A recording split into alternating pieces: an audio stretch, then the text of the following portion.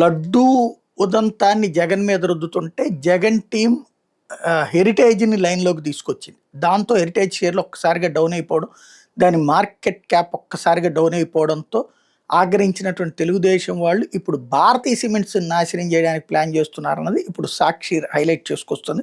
భారతీయ cement కర్మాగారానికి అవసరమైన భూములను 2006లో సేకరించారు. ఎకరం రూ. 1,50,000 కొనుగోలు చేశారు.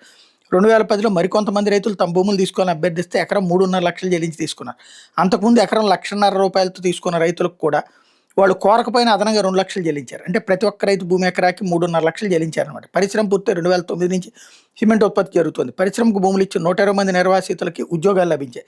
ఉద్యోగాలు చేస్తున్న వాళ్ళు సంతోషంగా ఉన్నారు. నిర్వాసిత నుంచి ఎట్లాంటి సమస్య ఆందోళన లేదు. ఇప్పటివరకు ఎట్లాంటి ఇబ్బంది లేదు. కానీ కాలుష్యం పేరిట ఉద్యోగాల పేరిట తెలుగు తమ్ముళ్ళు ఇప్పుడు హడావిడి చేశారు. ఎప్పుడూ లేనిది ఇప్పుడే ఎందుకు ఇలా హడావిడి చేస్తున్నారని స్థానికులు చర్చించుకోవడం కనిపించింది. సీఎంఓ డైరెక్షన్లో కమలాపురం తెలుగు తమ్ముళ్ళు యాక్షన్ చేస్తున్న అక్కడ వాళ్ళు చర్చించుకోవడం కనిపించింది అన్నటువంటి వార్తని హైలైట్ చేశారు.